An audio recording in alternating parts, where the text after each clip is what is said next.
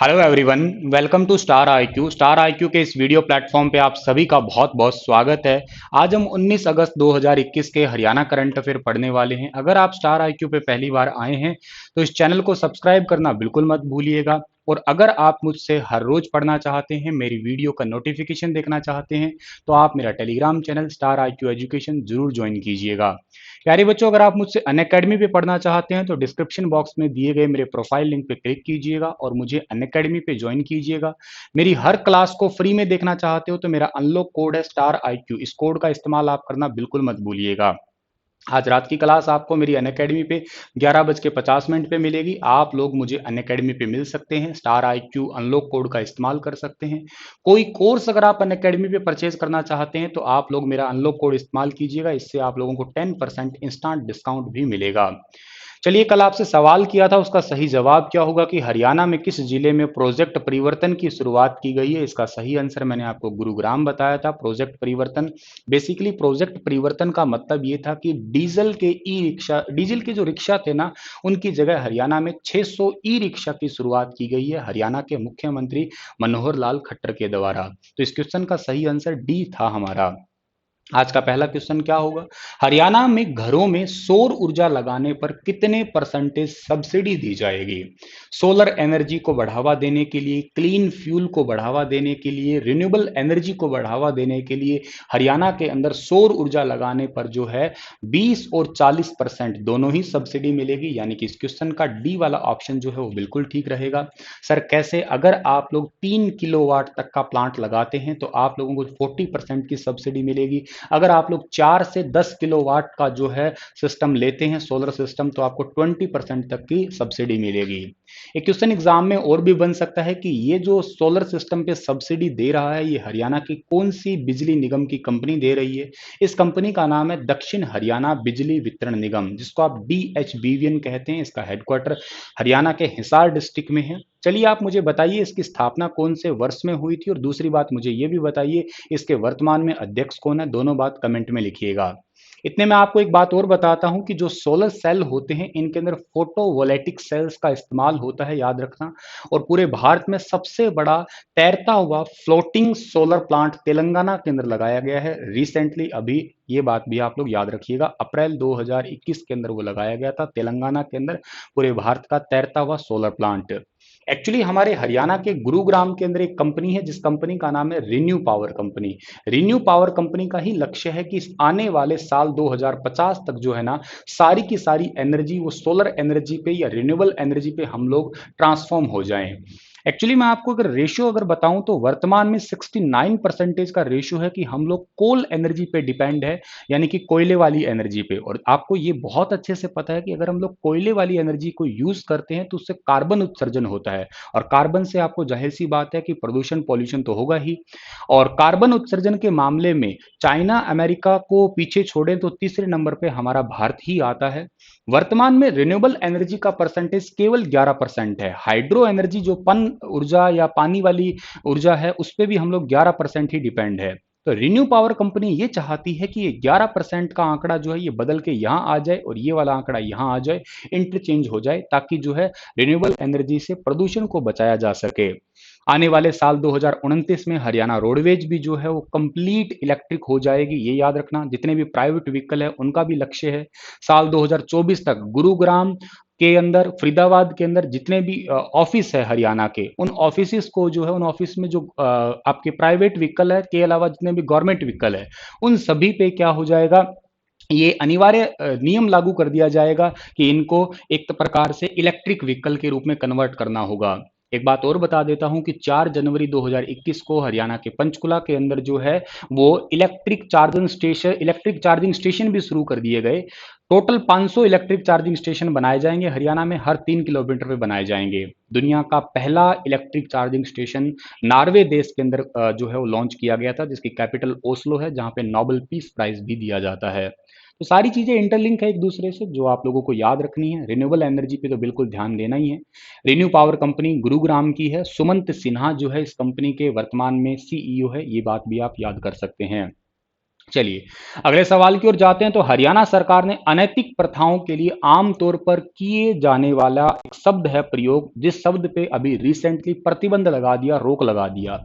अनैतिक प्रथा, जो प्रथा जो है ना रिलेबल नहीं है, उन प्रथाओं के लिए जो है ना अनएथिकल आप लोग कह सकते हो, इन प्रथाओं के लिए एक शब्द प्रयोग में लाते हैं, कह देते हैं कि गोरख धंधा चल रहा है।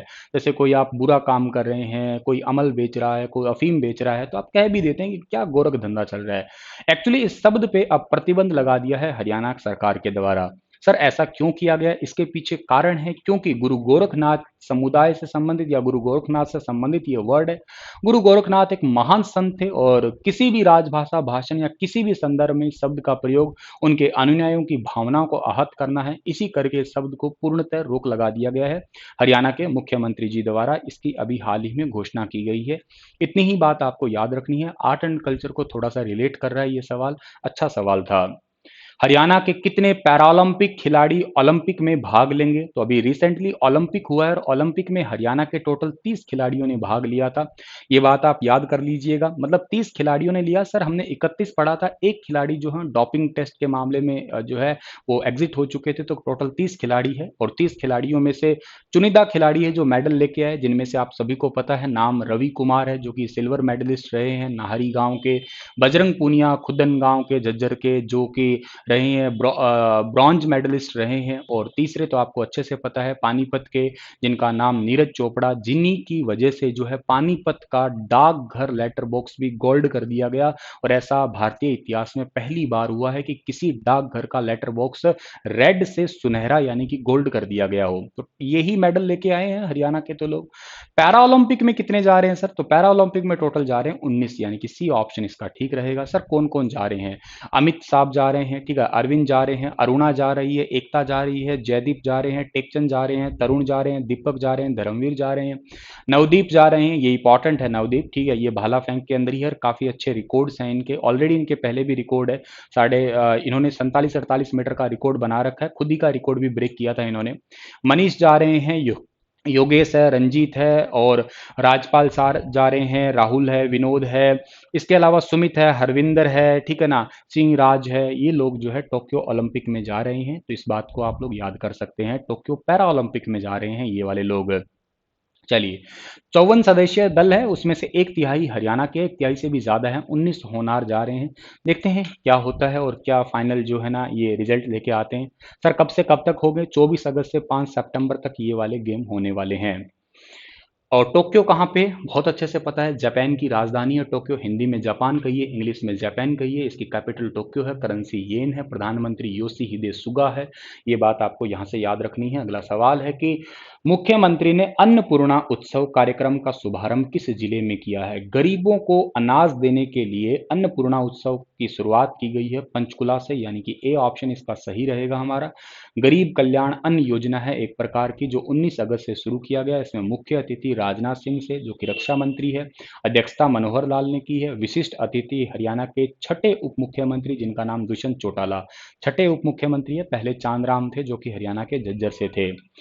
ठीक है डियर, तो इतनी बातें ही आपको याद रखनी है। अन्नपूर्णा योजना बस गरीब परिवारों को मुफ्त में राशन वितरित करने की ही योजना है ये पंचकुला के अंदर की गई है। तो पंचकुला के अंदर एक टिक्कर ताल झील है, जहां पे रिसेंटली जो है ना 20 जून 2021 को क्या किया गया है, वहां पे पैराग्लाइडिंग और बहुत सारे स्पोर्ट्स इवेंट, और यूं कहिएगा जो आपके उत्तराखंड के अंदर जैसे पैराग्लाइडिंग होती है या बोट रेसिंग वगैरह होती है, ये वाले इवेंट जो है लॉन्च किए गए हैं। यहाँ एक मोरनी पहाड़ी भी है, मोरनी पहाड़ी की सबसे ऊंची चोटी का नाम करहो चोटी है, ये याद रखिएगा आप लोग, ठीक है ना। 1514 मीटर जिसकी ऊंचाई है, ये बात भी आप याद कर सकते हैं। उत्तर प्रदेश की तर्ज पे पंचकुला को जो है ना उसके पिंजौर को फिल्म सिटी के रूप में भी विकसित किया जाएगा। फिल्म सिटी, मेडी सिटी और एजुकेशन सिटी, ये तीनों घोषित की जाएगी। हरियाणा में सबसे कम विधानसभा क्षेत्र वाला जिला भी यही है। पंचकुला कालका केवल 2 ही है, हालांकि चरखी दादरी भी है, लेकिन पंचकुला भी आप याद कर सकते हैं, ठीक है। और अगर आप बात करते हो पंचकुला की, तो पंचकुला अभी रिसेंटली हरियाणा के अंदर तीसरा पंचकुला मेट्रोपॉलिटन एरिया भी बन गया है। हरियाणा में टोटल 3 ही मेट्रोपॉलिटन सिटी है, एक गुरुग्राम, एक फरीदाबाद है, अब तीसरा पंचकुला है। पंचकुला को आर्थिक राजधानी के रूप में भी विकसित किया जाएगा, ये भी याद रखना। पंचकुला के अंदर यादवेंद्र गार्डन है जिसकी स्थापना फिदई खान ने की थी। ये बातें भी आप लोगों को यहाँ से याद ही रहनी चाहिए। पंचकुला के अंदर एक वल्चर सेंटर भी है, साल 2006 के अंदर स्थापित हुआ था गिद्ध संरक्षण केंद्र। वल्चर्स जो होते हैं वो आपके नेचुरल प्यूरीफायर्स होते हैं, इस बात को भी आप लोग यहाँ से याद कर सकते हैं। चलिए थोड़ा आगे चले जाते हैं। और पंचकुला का क्षेत्रफल भी बहुत कम है, फरीदाबाद के बाद में छोटा ही है, 898 वर्ग किलोमीटर ही है केवल।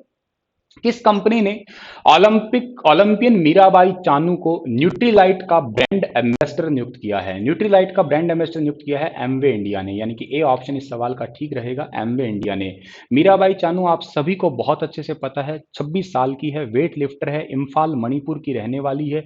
और इन्होंने रिसेंटली जो है 49 कैटेगरी के अंदर, 49 केजी कैटेगरी के अंदर वेट लिफ्टिंग में टोक्यो ओलंपिक में जो है सिल्वर मेडल जीता था। ये बात भी आप याद रखिएगा। इनको साल 2018 के अंदर खेल रत्न अवार्ड भी मिला हुआ है, तो ये पॉइंट भी याद करना। और she has been place second on the absolute ranking list issued by the international weightlifting federation, that is also very very important. और न्यूट्रीलाइट तो आप सभी को पता है कि डेली ओमेगा मतलब एक प्रकार से प्रोटीन का एक रिच सोर्स है जो कि बहुत जगह पे इसका यूज किया जाता है आपका, ठीक है। आप अगर बात करते हो एमवे कंपनी की, तो एमवे कंपनी के सीईओ का नाम अंशु है और इसका हेडक्वार्टर गुरुग्राम हरियाणा के अंदर पड़ता है। रोहतक जिले के गांव निंदाना निवासी जिसने रूस में जूनियर वर्ल्ड कुश्ती चैंपियनशिप में कांस्य जीता है, इनका नाम है डियर दीपक नेहरा। इन्होंने रिसेंटली जो है ना जूनियर वर्ल्ड कुश्ती चैंपियनशिप में कांस्य पदक जीता है, जो आपको फोटो में दिखाई दे रहे हैं, यही है दीपक नेहरा। रोहतक जिले के रहने वाले हैं। दीपक ने 97 किलोग्राम भार वर्ग में मुकाबला लड़ा है, जूनियर वर्ल्ड कुश्ती चैंपियनशिप में कांस्य पदक जीता है अभी रिसेंटली इन्होंने। आपने बात की है दीपक की, तो दीपक 5 से अधिक बार नेशनल स्तर पर गोल्ड जीत चुके हैं। 2 बार खेलो इंडिया में गोल्ड, 2 बार अंडर 17 में गोल्ड, 1 बार जूनियर में गोल्ड। आपने रशिया की बात की है, तो रूस के राष्ट्रपति का नाम व्लादिमीर पुतिन है, कैपिटल मॉस्को है, जहाँ साल 2018 के अंदर जो है ना वो फुटबॉल वर्ल्ड कप हुए थे जिसमें फ्रांस जीता था, क्रोएशिया हारा था। साल 2022 में जो है वो दोहा, कतर की राजधानी दोहा में होने वाले हैं। और पॉपुलेशन रशिया की 14.44 करोड़ है according to 2019। Currency Russian rouble है, ये बात भी आप याद कर सकते हैं। पोलैंड में चल रही यूथ वर्ल्ड आर्चरी चैंपियनशिप में हरियाणा प्रदेश के कितने जिले के कितने बच्चे जो है वो 5 मेडल लेने वाले या 5 मेडल हासिल करके अभी आए हैं? तो ये 3 बच्चे हैं, याद रखिएगा, यानी कि बी ऑप्शन इसका सही रहेगा हमारा। 9 से 15 अगस्त तक पोलैंड में आर्चरी चैंपियनशिप हुई थी जिसमें भारत के 24 बच्चों ने भाग लिया था। इसमें हरियाणा के रोहतक जिले के 3 बच्चे 5 मेडल जो है ना वो हासिल करके आए हैं। रोहतक के 3 बच्चे जो है ना मतलब 4 तो गोल्ड लिया है, 1 ब्रॉन्ज लिया, तो टोटल 5 मेडल ये लेके आए हैं, याद रखिएगा। वैसे सीनियर वर्ल्ड आर्चरी चैंपियनशिप साल 2023 के अंदर होने वाली है। एक ही चैंपियनशिप में 15 मेडल लाना, जिसमें 8 गोल्ड, 2 सिल्वर, 5 ब्रॉन्ज मेडल शामिल है। ओवरऑल भारत की बात कर रहे हो तो आप लोग। आपने बात पोलैंड की है। पोलैंड की कैपिटल वर्साव है। पोलैंड को आप मैप में देख ही रहे होंगे। पोलैंड का डायलिंग कोड +48 है।